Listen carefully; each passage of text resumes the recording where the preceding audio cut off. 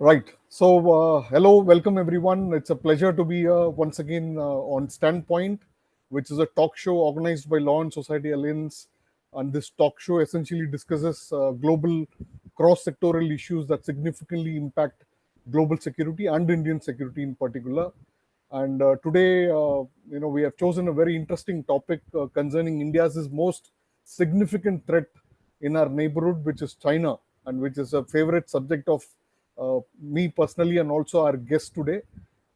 Just to give you a background of why we are holding this session is that in April 2024, Communist China's President Xi Jinping reorganized the People's Liberation Army's strategic support force, which was essentially handled China's PLA's space systems and also their network operations.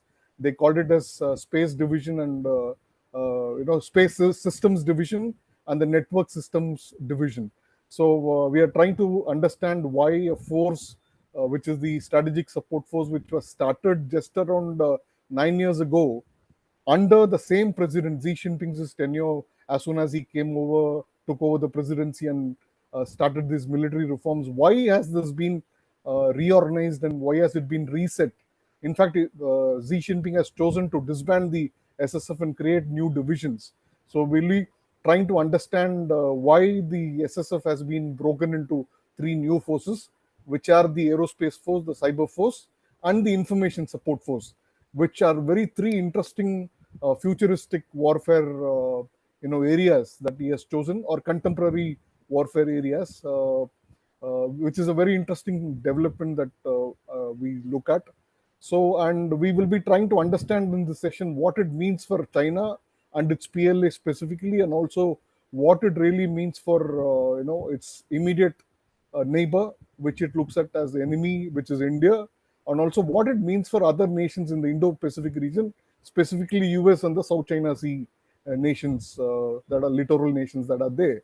To talk to us on this very important questions, we have our guest, an expert, Lieutenant General P.R. Shankar. As you all already know him, he's a popular strategic affairs expert who is popularly known among the thinkers, military thinkers, and strategic thinkers in the country. He's a former Director General of Artillery in the Indian Army, and he's also foremost expert on military and geopolitical affairs and particularly warfare technologies.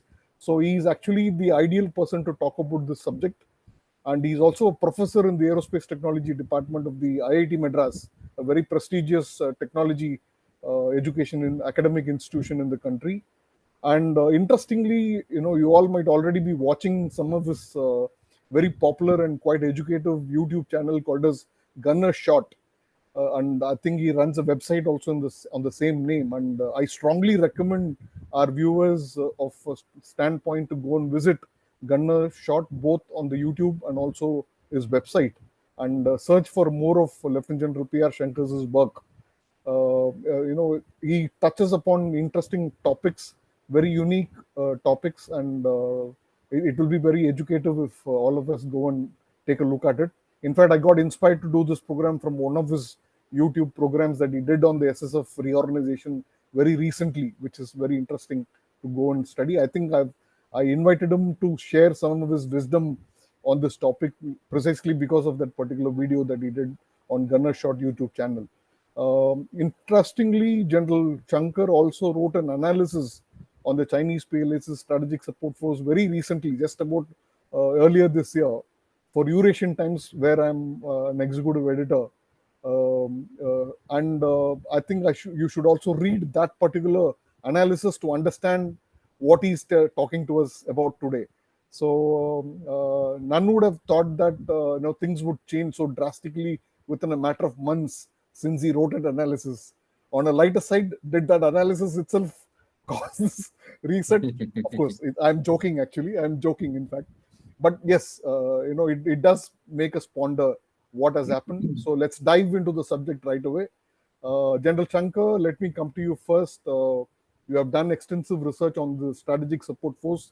You have written on it, and currently it's been reset by Xi Jinping. What do you think has really happened in the PLA, and in particular with the strategic support force? You also have the rocket force. Many things have happened in the rocket force. I mean, I'm just telling it as a background. Maybe you can touch upon it a little bit. And why has this disbanding of the SSF, happened really at this point in time? What is the motive behind it?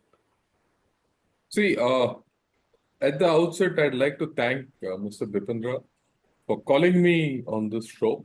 And he spoke so much about me, so I must speak some sense. That's the first thing. The second thing is the PLA SSF, the erstwhile PLA SSF. I did a lot of analysis on that. It's not as if that analysis has gone waste. In fact, the current PLA, the current format is the old PLA SSF broken into three parts. Earlier, the PLA SSF had two divisions, like what Bipindra said. It had a space support division and a network support division. The network support division has been broken into two parts now. It's the cyber security force and the info security force, right? Info support force. So now the erstwhile SSF has been split into three. You have a space force, you have an info force, and you have a cyber force. Now, the SSF was one arm of the PLA.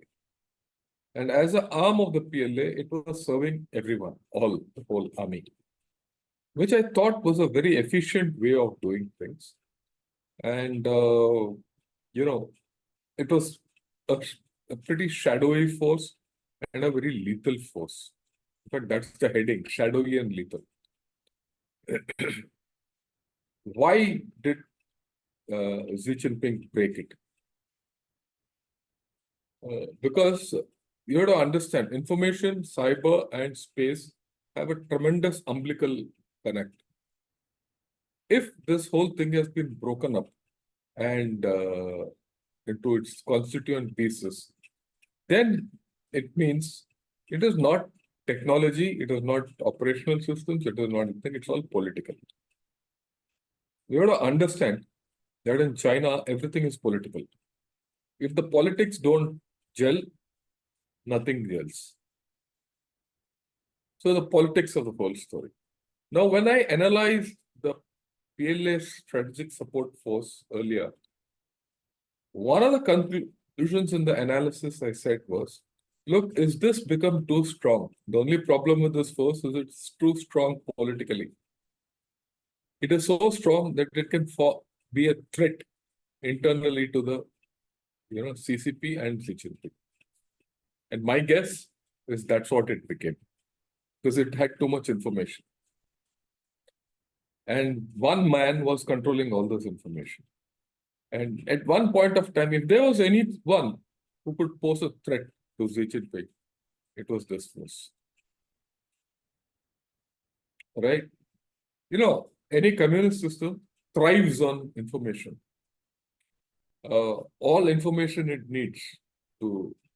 Now, this information was all coming into the PLA SSF and then being fed to Xi Jinping. That means he was getting a single input without corroboration, which is for him a very dicey affair. And most importantly, the internal factor. When you split this into three constituent factors and organizations, the same picture or the same incident would come through three different channels, with different coloring. So then he gets, and if one guy is against him, the other two won't. So it's a law of averages. Fundamentally, he split it only for that. I mean, let's be very clear. Okay. The second thing is, Xi Jinping had to have control over these operations hands-on. It couldn't be a second-hand control, right? Give it to someone else. So how this has happened, what I'll do is, I'll take you through a few slides, if you don't mind, quickly. And then we'll, right. I'll just first Yes, share sir. this. Yes, sir. I think that would be, that would be interesting. Yeah. Yeah. Yeah. Now, if you have a look at this, this is when the, thing came, the Information Support Force was announced as the brand new strategic arm of the PLA by the defense spokesperson. What he didn't say was there are two other arms which came into being simultaneously. Now, how is it? This is the old strategic support force. It had two divisions, the Space Systems Department and the Network Systems Department. The Space Department had launch, control, CSIR and all that. The Network Department had cyber ops, electronic warfare and psyops. Now, what has happened today? It has been split, right? And if you see, there are four services in the PLA today. The ground force, which is the Army, Navy, Air Force, and the Rocket Force. Earlier, the PLA SSF was the fifth force. Okay, that was a branch of its own. That's been split and brought down to the level of an independent arm, Aerospace, Cyberspace, and Information Support Force. And the Joint Logistics Support Force was always there. Okay. So what is there in this is now the Aerospace Force, there's no change in what it was earlier. It's the same thing. The cyberspace, whatever was there is the same thing. The information support is also the same thing. It carries out absolutely, there's no change in the charter of duties. Okay. I'll get back later to this slide. Now, there's no change. Now, if you look at the info support force, it is supposed to collect all information. It is supposed to carry out information dominance. It is supposed to do the three warfare strategy of public opinion, propaganda, and legal warfare. Everything. And it has largely an external dimension. Okay.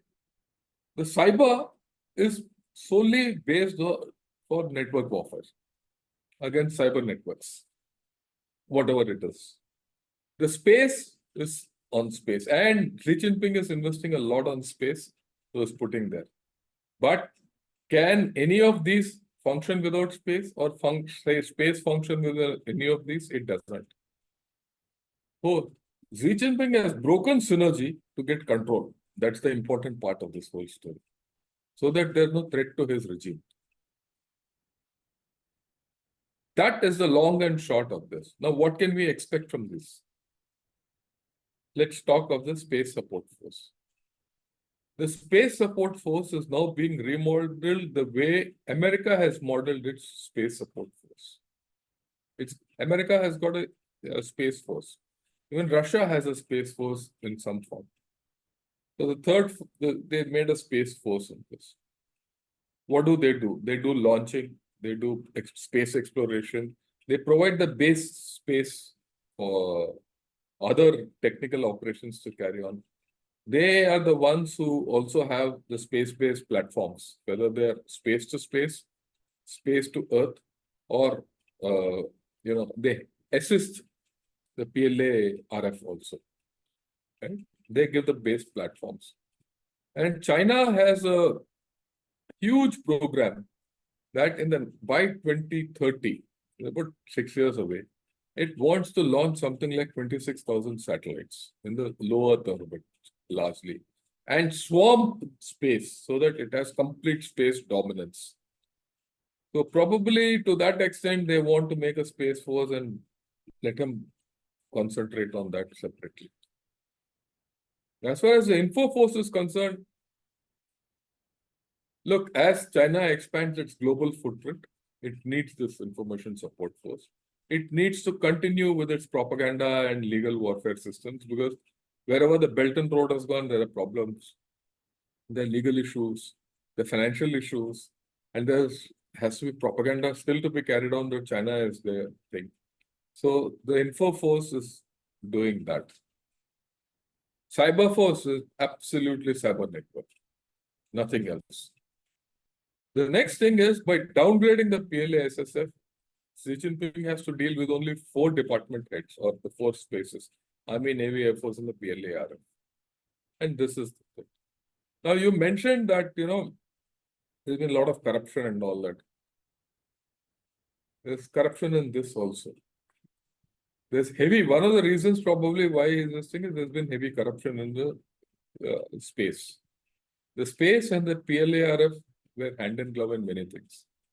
And he's also sacked one of the generals he sacked as that of the Info Force. Right? Out of the 13 generals he sacked. And the space, out of the 13, 14 generals he sacked, one was from Space Force and one was from Info Force, apart from this. He's also sacked the head of China aerospace industry heads. Very interestingly. It is not only the PLA who's been sacked, they've also been sacked. He's also sacked, or rather, whatever he's done with them. Those guys who were financially involved with all this, or the financial economists, not the economists, the banking system which was associated with it, they also been canned. So it's a holistic affair. So when you look at put all these three things together, then you see there is more than meets the eye. I hope I've explained this with some clarity. Yes, sir. Absolutely, sir. I mean, yes, absolutely, sir. Sir, there were two important points that you made in this opening remarks that you did. One is that the biggest threat that Xi Jinping faces, or feels that he's under threat, was from this particular support force general who had a lot of information under him, which he could use to Topple work the regime. against Xi Jinping, topple the regime. One is that. The other one is corruption. So there are two things that come out of it. One is that Xi Jinping actually feels a threat from within, and we have been reading a lot of news items where even he did not travel to one of the big international events, and people thought Yeah, that it was because there was some kind of a thing that was happening. And there are a lot of previous leaders, retired leaders of the Communist Party of China, who are not very happy with Xi Jinping's style of functioning and all that. So there is that one aspect that comes out. On the other aspect you're talking about is the existing corruption within the force itself, and the kind of weakening that it does to the organization. One is positioning Xi Jinping is positioning himself as a person who is anti-corruption crusader, and at the same time he's also trying to purge the force of big generals whom he feel are his threats. So in this particular dynamic, so what is your assessment? Do you think there is really some kind of a Xi Jinping's control of the entire CCP and the military arm of it? He's also heading the Central Military Commission, by the way. But is that what is happening, or I mean, is he really serious about corruption crusade that he's actually talking about and carrying on? What is the truth behind these two scenarios that are emerging? both are true. Put it bluntly, both are true. In fact, the previous head of the PLA SSF, after that he's not heard. Uska ata pata nahi hai. No one knows where he is. He's been removed. Right? And that's the first thing. See, the previous SSF, with him as the head, whoever the head was, he could gather everything, and Xi Jinping had to depend on him. In the present setup, he's got three chaps who will give him competing advice. Or they'll compete with each other to feed Xi Jinping information. Earlier, there So was no once I just competition. want to interject here. Yeah, I would just want to interject here. So what is the sort of information that we are talking about here? I mean, it Internal. sounds really interesting, actually. Huh? Yeah. No, it's internal and external, both. It's both internal and external. Because a lot of their internal information comes from external sources. Right? And so we are talking of both. Okay. And many of this, for example, if there's a color revolution which has to take place in China, and mind you, Xi Jinping has spoken about color revolutions even in the Shanghai Cooperation Organization meet. And before that, when he went to USA as a vice president, he discussed with one of the secretaries in USA all about color revolutions over dinner. It's very funny. The entire conversation there was about color revolutions only. So the color revolutions is something he's very worried. So unless he gets information from outside and inside, he cannot survive. And one thing for sure, he's absolutely on the ball for survival. In fact, that period when he broke this up and he purged all these tabs, I thought was a time when there was a chance of us going under. If you see the latest reports which are coming, he's in complete control. Something might happen later on is a different story. So, as far as corruption is concerned, there's no doubt the previous defense minister was sacked, the previous foreign minister was sacked for corruption or whatever. There is money also, because you see why I say corruption. Before this corruption thing happened and these generals were sacked and everything, the hue and cry in China was, when do we attack Taiwan? There was a big talk about that. But after that, it's peaceful reunification. And the PLA, RF, and the whole support force and everything were part of the story, the great story to capture Taiwan, or the great plan to capture Taiwan. So if they are not functioning well, he can't capture Taiwan. And I feel that, certain things within have come up where his equipment is unreliable for him to undertake this adventure. Yeah, the water being filled up in place of fuel and all those reports. Look, that probably is propaganda. I'll not go to that level. But certainly certain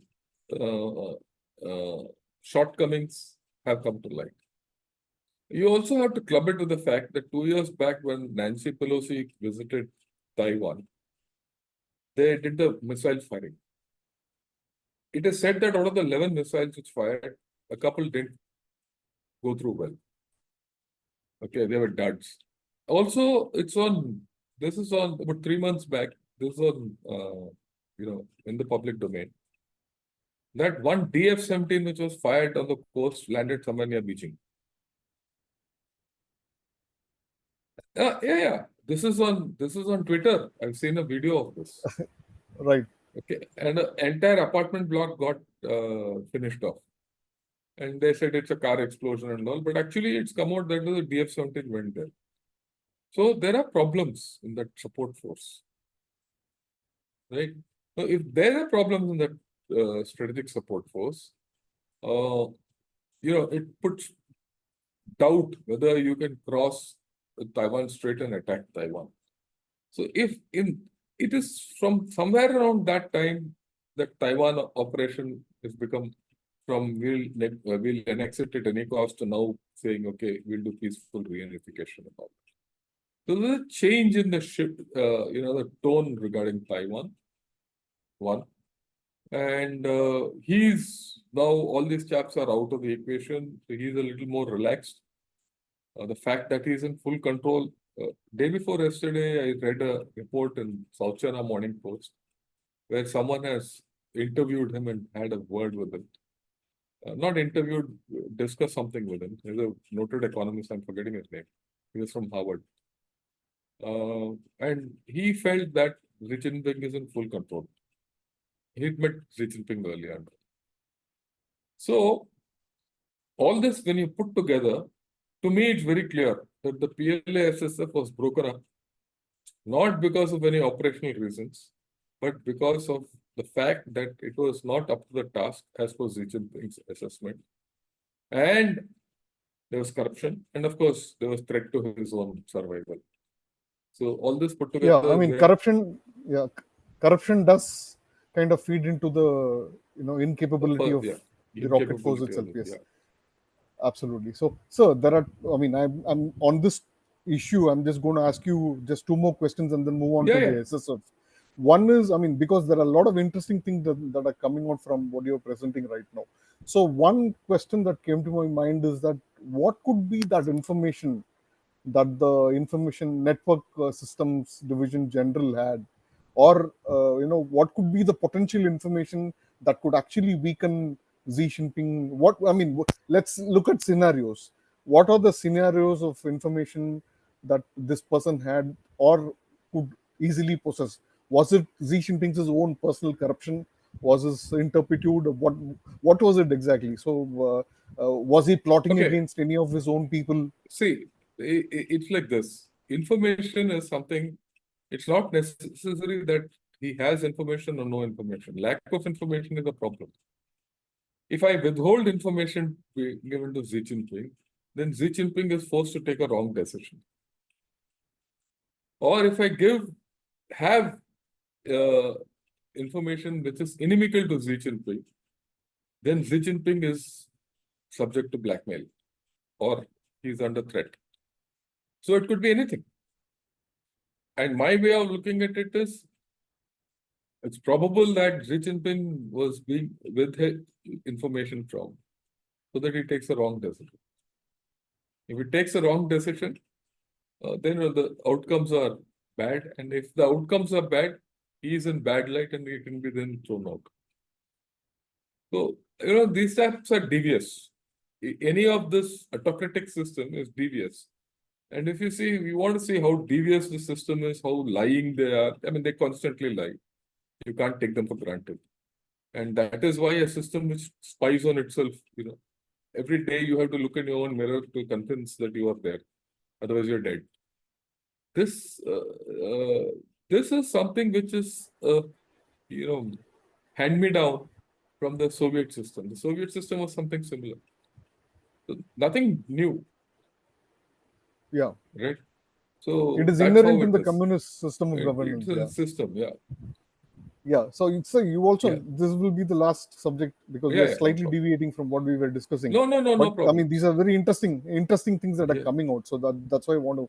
You did mention about the incapability of the, some of the, I mean, rocket force and other forces to fight a war, particularly in terms of Taiwan. But are they really, in a position to take a fight with anybody, to take a battle to anybody at this point in time? The PLA as a whole, how do No, you see that? no. I'll give you something which I've not spoken anywhere in public, but it's there. You have to look at China, not from the immediate thing. You have to look at China from a longer perspective. Everyone says look deep into China. So let me take a deep look. Look at the whole thing starts when? 2017. 2017, Doklam happened. Okay. They they took the trouble of ensuring not a single bullet was fired, not a arm was raised. Okay. It was all dakamaki, jostling. That went on for 2 months, the whole thing. Then look at 2020. We had face-offs, standoffs, all that nonsense. But still, not a single bullet fired. They went out of their way to ensure that they didn't fight.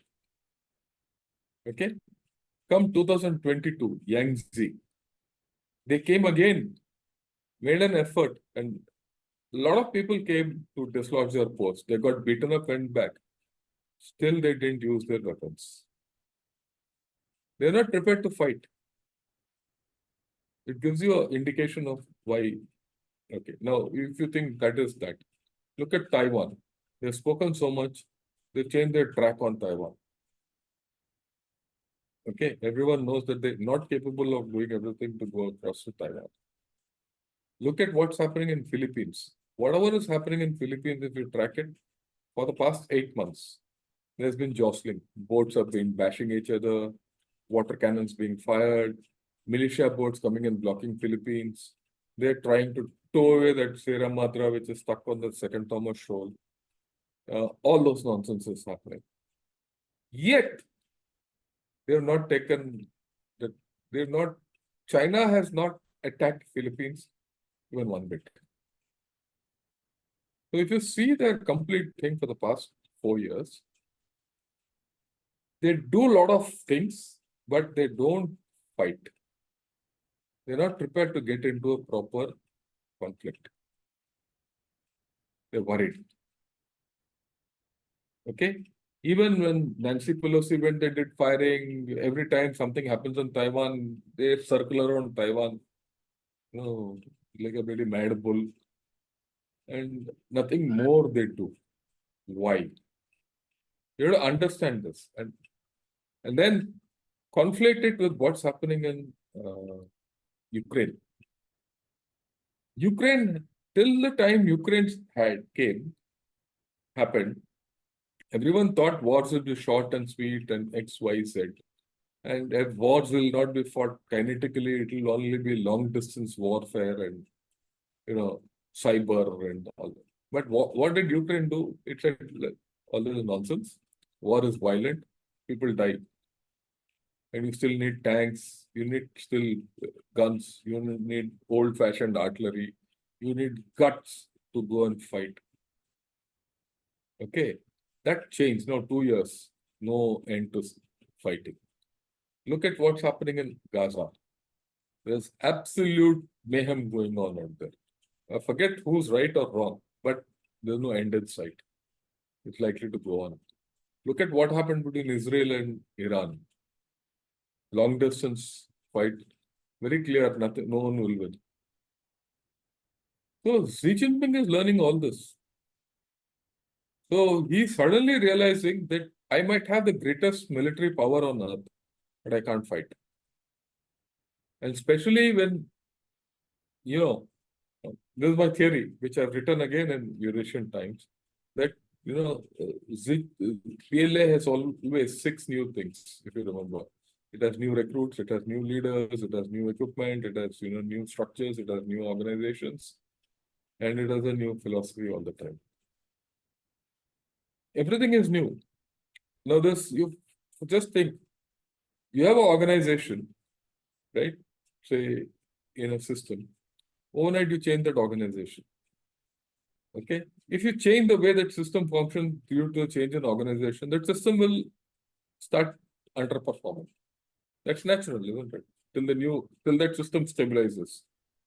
But if every second day you're changing that system, 5 years back you had nothing. 9 years back you had nothing. Suddenly you made a strategic support force. That strategic support force is now broken into 3. In between, other things are also happening. Remember that, right? Now, their interrelationship between these forces is not stable.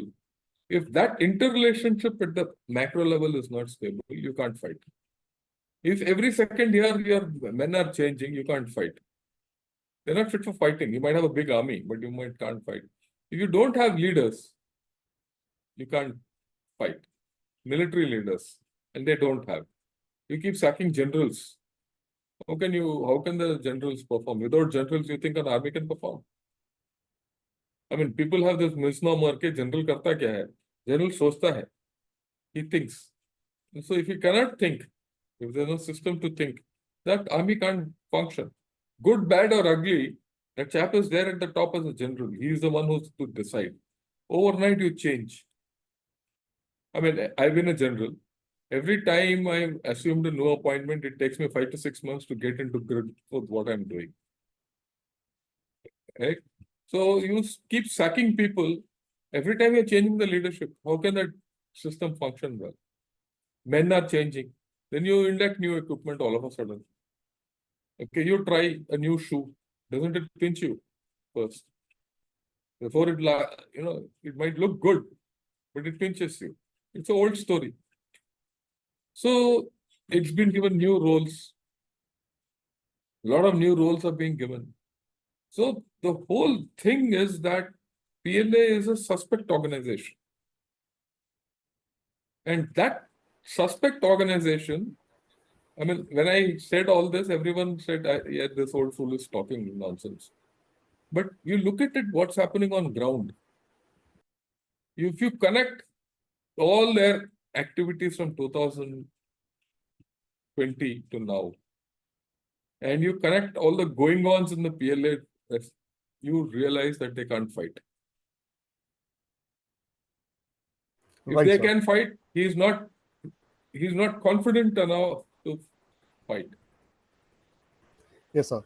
So in the video that you did on the SSF itself on gunner shot, You mentioned one thing very interesting, that we should not get fooled by what China wants us to believe, about them. So that is precisely why I'm asking you this question. So this leaner, meaner PLA, the military reforms, uh, i- what is it? Is it some kind of an hogwash that is happening, or is it really something that that Xi Jinping is trying to do with all these efforts that he's, I mean, you call it as efforts or whatever, whether it is a transformation that is he trying to do, or even Yeah, weakening of the force itself, so that he saves himself or survives, yeah. whichever way we'll look at it. So what is it really happening there? See, I mean, ideally with you regard should. to the SSF itself. Yeah. See, you ideally everything lean and mean does things better. Okay, there's no doubt. Smaller states perform better. If you're fit and fine. And he's broken it up into three constituent pieces. They're supposed to work better. But like I said, he's broken synergies. But the problem with this entire story is that it will take another 2 to 3 years for this system to function well. See, it's new. I mean, like I said, it's a new system altogether. How this new So it's system works, essentially vulnerable. vulnerable, right? It will not, I won't say vulnerable, it will not perform to optimum expectations. Right, right, If you don't, it doesn't perform to optimum expectations, then at the highest level, decision making is a problem, right? Look, it'll still launch satellites. China will continue to launch satellites. It will, continue to do cyber attacks on us. It will continue to do pre-warfare strategy. Nothing will change. But is it as efficient as before? It will continue to interfere with elections. I mean, you did a thing with Sriparna Patak that it's interfered in elections. All that will go on. But is it effective? Will it reach, do the job as required? That's the question. right, sir. Interesting, sir. So let's look at, what is the threat perception from this. From this, what is the impact or what is the effect of this will be on, say, India or US or nations in South China Sea? See, long term, there'll be no effect. I mean, China will continue with its posturing. As much as I say that China is not fit for war and all, let's not discount China because it's still got a huge force. It's still got some fundamental capability. It might be inefficient, right? It will still function. So one has to be careful when you handle all this. But they're now going to function at lesser efficiency. Uh, what it does in the my guess is it's psychological in nature. This entire reorganization has been done. One is internally the PLA is not ready to do anything great. Second, I don't think Xi Jinping is confident enough of the PLA to go across anywhere. You see, now let me take you back into some history of PLA. Uh, there's always been a problem with between the civilian leadership and the PLA modernization and leadership, right from Hu Jintao days. It's not new. Uh, they talk of 5 incapabilities, 3 weathers, 2 incompatibilities. And this incompatibility is between officers and men, ability to lead, all this. And these 5 weathers, whether they can lead, whether they can respond to situations, whether they can handle stress, things like that, was enunciated by Xi Jinping himself against PLA. Now, he is molding PLA so that they can overcome those 5 others. But every time you change, every time you do all these changes, all those weathers come back, whether it can fight, whether their officers are capable enough. So that brings a seed of doubt in anyone's mind. So when people say Xi Jinping and China will do everything, I don't believe it.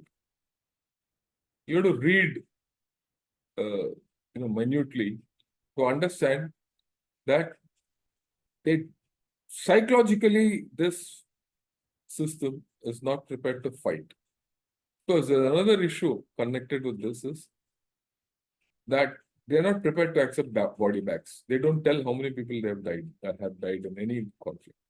It's not now from before. Because if that comes in public, and especially in this time when it's a single child and the population is withering away, the public sentiment will go against the system. So that is why I have my own doubts whether today PLA is a fighting force about which we need to be worried, at least in the short term. We'll see in the long term.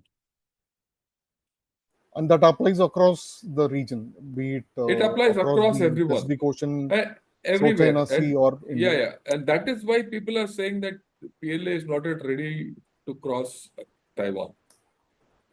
Look, all this is with a caveat. The caveat is don't underestimate China. Don't think it's a force which can't fight. It can fight. But for you to handle it is today, you got better chances of handling it. Right, sir. So, sir, thank you so much for your wisdom and for sharing it with us. It's been a wonderful, interesting session. I hope there are a lot of takeaways for our viewers of standpoint from this particular session. And if they are more interested in listening to more such expert opinion on various issues, I request them to like and subscribe this particular Launch Society Alliance's YouTube channel. And from my bottom of my heart, I thank my mentor, Lieutenant General P.R. Shankar, Oh, no, for I'm not a sparing his mentor. time. Yeah. Absolutely, sir. I consider you as my mentor, sir. So thank you so much, sir. It's been a pleasure, sir. Thanks a lot. Good evening.